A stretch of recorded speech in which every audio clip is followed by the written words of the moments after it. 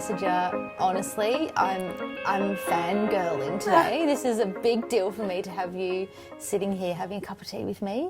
I discovered you and then became obsessed with you, and it's like I don't even need to talk to you because I know everything already. But for the people, we'll have a good chat.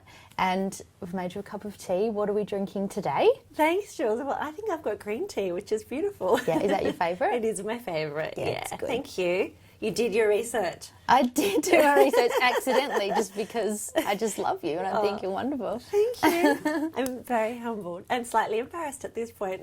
Don't be, just embrace it. You're an overachiever if ever I've seen one. You run a magazine called The Collective, which you started from scratch, yes, and now sells in, is it 35 countries? 37. 37? Yes. That's incredible, and it's 2 years old, just had its second year. Just had a second birthday. 37 countries, congratulations. Thank you. World domination. You're also an author. You've written, is it 12 books? I think, something like that. Around A couple about. more now, I think. But yeah, I'm kind of a prolific writer. I can't stop now. I love it. So great, keep them coming. Yeah. And your publishing company has published over 400 books. Yes. Incredible. Yeah, I know, and I did what was termed veggie English. It was very uncool. At school, it was like the lowest of the low of the low. So that's a very low benchmark to start from. So anything is truly possible. And that's your mantra. That's what you live by. Yeah, absolutely. Anything is possible. I've heard you say that, and I feel like your life is a testament to that because you started very humbly in the country. So Yes. let's take me back to little Lisa and where you grew up and how you grew up. So I grew up in the middle of kind of nowhere, so central New South Wales, a little outside of a little town called Coolah, which I think had a population of 800 people, and I grew up on 4,500 acres. So, and I mean, it was well before the internet or anything. So yeah, I just grew up riding horses and motorbikes and making mud pies in the creek, and a very, very simple life. Like came to Sydney maybe once a year or something, and was very far removed from kind of anything. Touching on your mum and your sister, I know you were estranged from them for a little while. Yes. Let's talk about that. Yeah, so the point I will make around this is that I'm so comfortable talking about any stuff. Like I have had so many dark, horrible times. So my mum and I had a hideously toxic relationship for years, really until I was about 30, which I could spend, the next 5 days talking about all the psychological, hows and whys of that. And I spent about 10 years, going to every kind of, vegan camp in Costa Rica and trekking through India and, all sorts of people that kind of helped me through that journey. And it really didn't have to be that difficult. But what I realised was, after all of that, my mum and I now, we speak almost every day. Like, we are so close. And we have the most extraordinary relationship now. But for many years, which came from a whole lot of things, I just kept feeling like I needed to prove myself to her. And I know a lot of people kind of relate to this kind of thing. And it almost irked her and, made her go the other way. So I'd be in the media or something and she'd say, it was just this toxic thing. And when I realised that actually my purpose and my why in life was not to please my mother and, say, look at me, here I am, but to, do it for different reasons, it just, it changed our entire relationship. And it is amazing once you kind of get to that point where you're like, okay, I'm going to surrender this. Yeah. And the power of apologising. And even if you feel like you didn't really do anything wrong, or maybe you did, but just coming to that point where you say you're sorry, and whatever that 3-year mountain was seems so small all of a sudden. Yeah. And you think, what were we even doing? That's ridiculous. It's not even worth it. Yeah. And then you can start again almost. Yeah. I'm glad I went through so much crap for so many years because, it's only because of that I can sort of be doing what I'm doing now in the world and teaching what I teach and speaking about what I speak, because I've been through so much crap. Everybody has a story. Everybody does. Yeah. And I think it definitely makes up who you are, for sure. Yeah. And you've been through marriage and divorce, alcoholism. There's so many things that make up the person you are today. And it's like your battle scars, for want of a better phrase, just to quote my husband's song.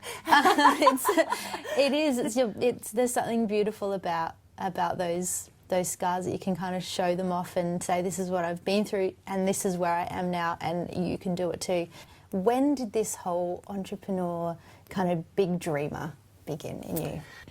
I went to boarding school in Sydney, and then I was kind of just always, it's really interesting when you look back at it, I was just rebelling all the time. But when I look back, it's kind of now celebrated and people go, wow, that's amazing. But when you're in the school system, you know, all I did was ask why all the time about absolutely everything. But why does that happen? Why does that happen? And the education system certainly then hated that. And it's kind of, as an entrepreneur, is what's celebrated and what you need. So I think I've always had it in me. And in year 10, I remember going back to boarding school and leaving my bags packed, and I said, I'm going off to do something big in the world. Like, I'd never even been overseas at that point.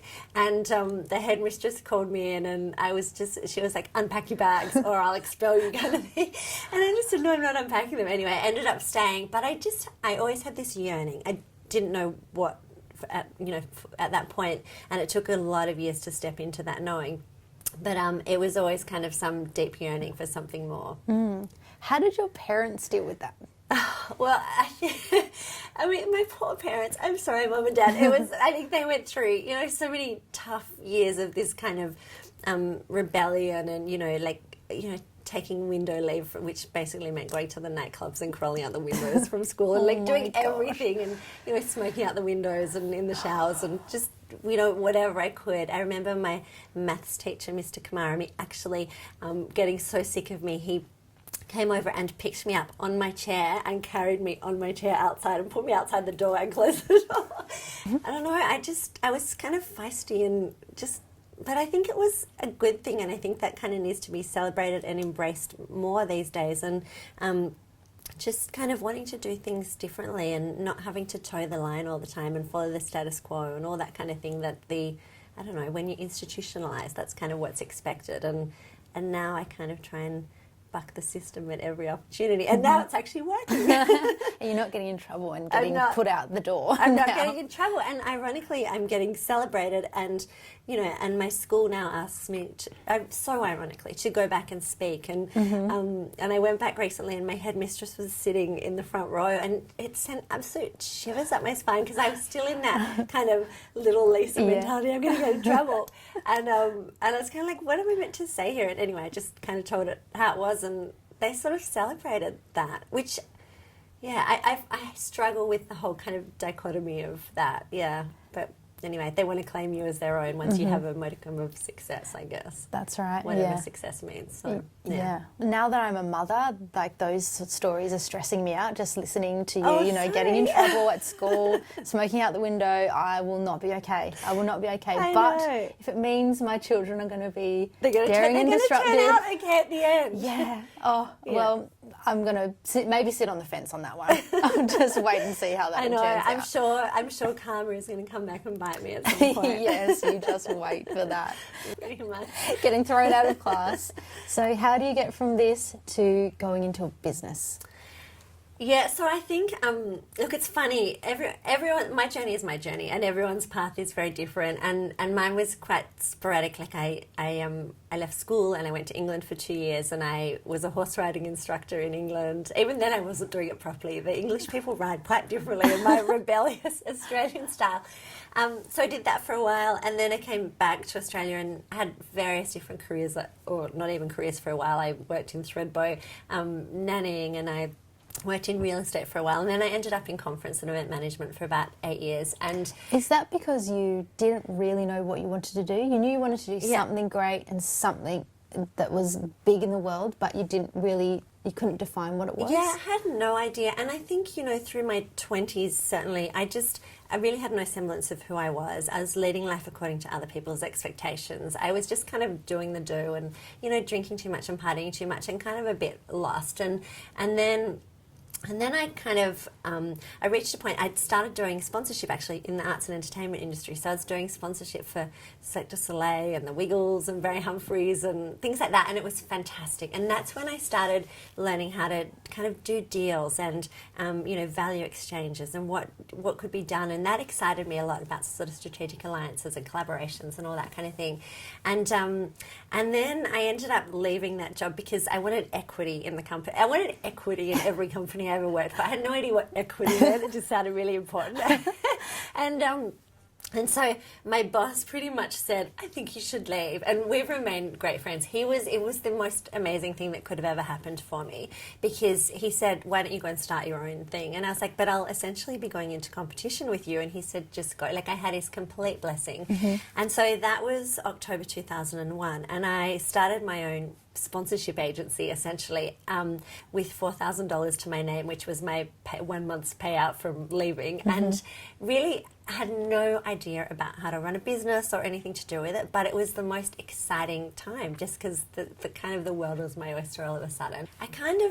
And I think this is what happens a lot with people who start their own businesses. You kind of have this idea, and so many people are attached to the outcome of what that's going to be. When things come at us that really piss us off or upset us or are really tough, they are the moments, for me, certainly in my experience, they're the greatest catalyst for the most extraordinary things to happen. And so I was going through a whole lot of stuff, and so was sort of on this eternal search for happiness, being so unhappy. And so I came up with this idea, having never published anything, to write a book on happiness. Mm-hmm. And so I went around Australia and interviewed over 300 people about what happiness meant to them, and then they all submitted photographs of their happiest moment, and I compiled this book. And because I had my sponsorship background and being a bit of a rebel, I looked at the traditional publishing model and realised that, 5,000 in Australia is a bestseller. Books were primarily distributed through bookstores, and it was quite an antiquated sausage factory of a model. And I just thought, well, I know how to pre-sell stuff with sponsorship, so why don't I go and pre-sell this book? And I just literally started picking up the phone. No one knew who I was, and saying to people like Clinique, they had a perfume called Happy, why don't you buy some copies of this book? This is based before it was even out. Use it as a gift with purchase. I went to Mercedes and I did a deal with them where it was like test drive a car and then get a copy of this book, and I just kept doing deals and sold 36,000 copies in the first 12 months. And anyway, that was kind of the start of the big very accidental journey into publishing. That's incredible. Yeah, that's so smart. That's what I love about people like you. Is it's just there's this square and you're just outside here, just thinking of other ways to do things. Yeah, it's so enlightening and it's so inventive. I love it. And who would have thought? Then the sort of media got a hold of it, both consumer.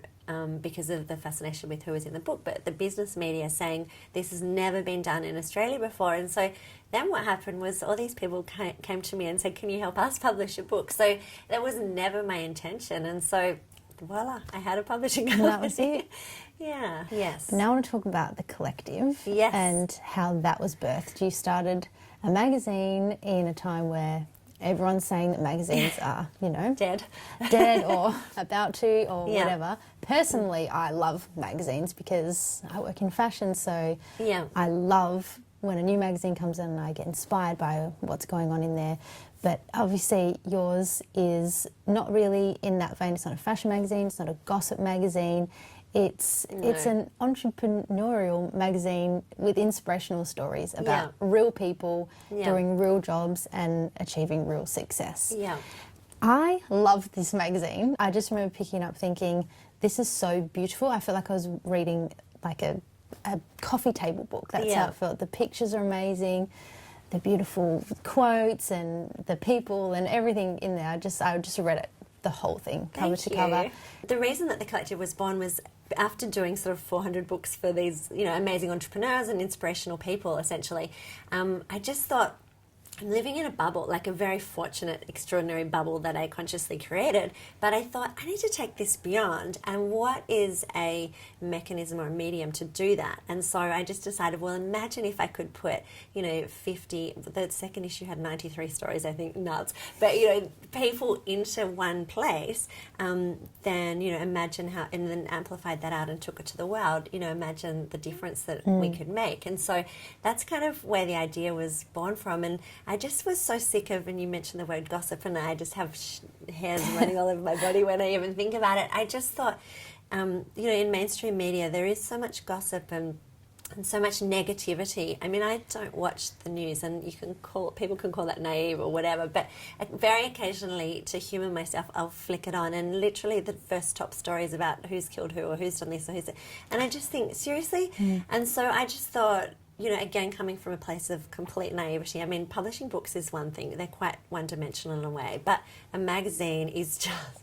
I had the world's your no idea. I mean, 37 countries is an incredible achievement. Yeah, thank you. How do you go about... I mean, you've got a lot of staff, right, that work with you? 2 years ago when I launched, I had 3, and none of whom had ever worked for a magazine. And now I think we have 17 in Sydney full-time, and then we have so many different consultants and and a lot of people, and then all my writers are pretty much freelance, so we've got close to, I think, 80 freelancers around the world now that we kind of call on for different stories, because I want it to be very global and very traversing a number of industries and cities and cultures and all sorts of things. And so we've been building that up over 2 years, so it's getting more and more complex and more logistical, but I freaking love it. Do you kind of thrive on that excitement and the almost a little bit of chaos and a little bit of just like everything all at once? Is that what kind of pumps you up? A lot of it is kind of adrenaline fueled and kind of, the next thing. And it's funny, for years, particularly in the book publishing, content creation business, it was, as I said, very one-dimensional, and I knew I had something much bigger in me, and it was frustrating. And I know many people who are listening or watching will be able to relate to this. You kind of go, what's my purpose? What's my why?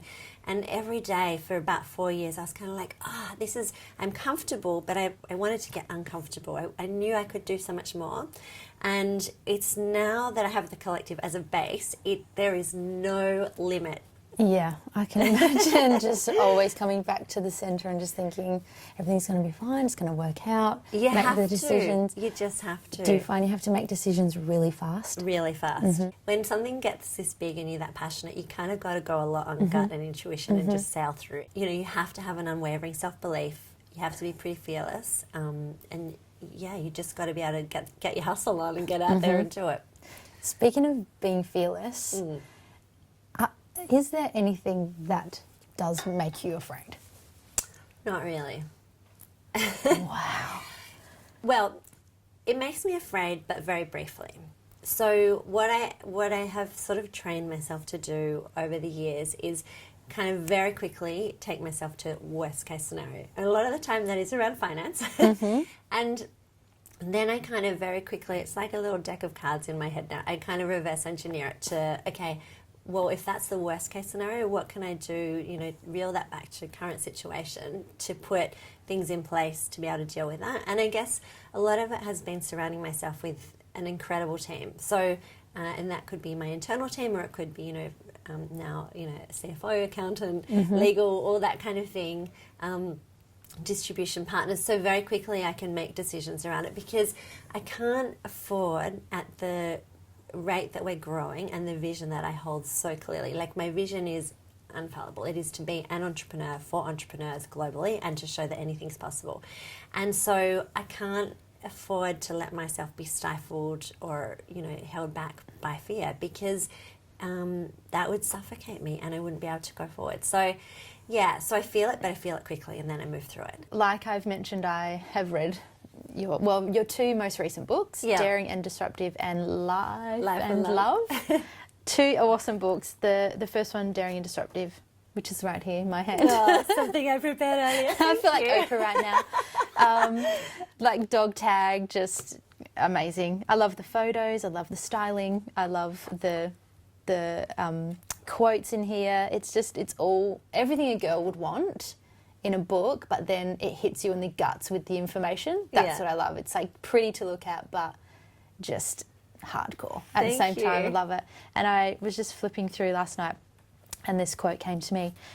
Fail fast, take risks, push the boundaries, start before you're ready. I feel like that's my entire existence. It's just I'm never ready for anything, but it's that moment of, okay, if I don't do it now, I'm just never going to do it. Yeah. And I think that's really important in not only business, but in life too, where it's talking about the fear, feeling the fear, doing it anyway, and just doing it before you're ready, because when are you ready? When are you ready for anything really? Never. You're never ready. Yeah. It's a real life thing, and I think that your career and your life has been one big jumping off a cliff and just hoping for the best and just, you know, landing on your feet or not landing on your feet. Either way, you know, something is going to come of it.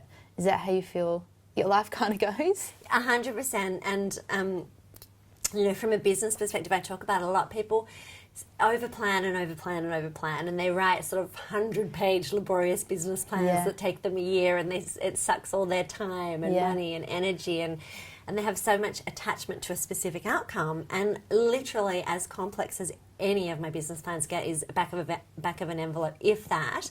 Like literally. And it's just all in your mind, and then you just have to get it done. And I jump. And part of the thing around that is, you know, networking yourself well, or, you know, building up a social media following or whatever it is. Like literally I fail, you know, at least 20 times a day, because, and by that I mean I will come up with an idea and I'll ping off an email to a marketing director or an HR person, or I'll pop something on Facebook, basically trying to pre-sell an idea, like an idea that is totally in its infancy, that has no structure around it whatsoever, that I have no idea how I'm going to do. And so people often say to me, you know, oh, what's your 5-year plan? And I laugh. I'm like, I don't know what I'm doing in 5 minutes. Probably sitting here with Jules, hopefully. But the thing is, my vision and my purpose and my why is unwavering, but the journey about how I get there is completely, you know, we could have a conversation after this interview and we could go, hey, let's do this business idea together or whatever. And if it's got legs and we think it's going to work, well, let's just do it. I remember when I was sort of deciding on, you know, am I going to put myself out there as a stylist, and you know, once you say it, then that's what it is. That you kind of, especially when you put it on the World Wide Web and it's attached to you. And I remember putting it out there, and I literally had to get somebody else to press the button on my computer because I was so terrified, because that meant it was official and that's what I was going to be doing and putting myself out there to do. But I think the thing that, I think you need two things, in my opinion. Correct me if I'm wrong. I think you need belief in yourself, for one, first and foremost. And I think you need belief from other people as well, the right people in your life, even if it's just one. Because I remember thinking, I know I can do this. I think I'm pretty good at this. I think I can do this. Put yourself out there, believe it for yourself. It wasn't until somebody that was in the industry, a professional, I remember she turned to me in a meeting and she said, Jules, what do you think? And I was like, wow, my opinion matters. Yeah, this person really wants to know what I think. And she's a big deal and I need to give my opinion. So it validated me, and from that day on I was like, yep, if someone else believes in me as much as I believe in myself, then I can do this. Yeah, absolutely. What do you think about that? Definitely, and I think more so at the beginning, which may have, people, and because it's self-belief and external validation, and then as you kind of propel yourself forward, I think you probably start to rely less and less on external validation, and you just keep going. I mean, what keeps me going now, a lot of people say, how do you keep going? Like, it's getting so big, and I mean, I have I'm very grateful for, on a daily basis, like hundreds and hundreds and hundreds of emails from readers now. And I kind of go, who am I not to keep going now? Like this, I am really just the conduit. Yes, I own the collective 100% from a financial standpoint, but it's really owned by a community now. So what is next? What does the future hold for you? You don't know, because You don't know what's happening tomorrow. Yeah, look, it's a good point. But I do know about my vision, and that is, as I said, to be an entrepreneur for entrepreneurs and continue to show people that anything's possible. And the way that I have accidentally stepped into that, it was never my intention, is to kind of just live my life out loud and as big and purposefully as possible. So it's a pretty extraordinary purpose and why to be able to step into. Well, we will look to you as our beacon of light and hope as entrepreneurs. No pressure. No pressure. Yeah. Lisa, thank you so much for joining me on the couch today. Again, I'm feeling inspired and I just want to go and take over the world right now. Oh, but thank you. So thanks for being a woman who's just going for it and inspiring so many. Very grateful. Thank you. Pleasure.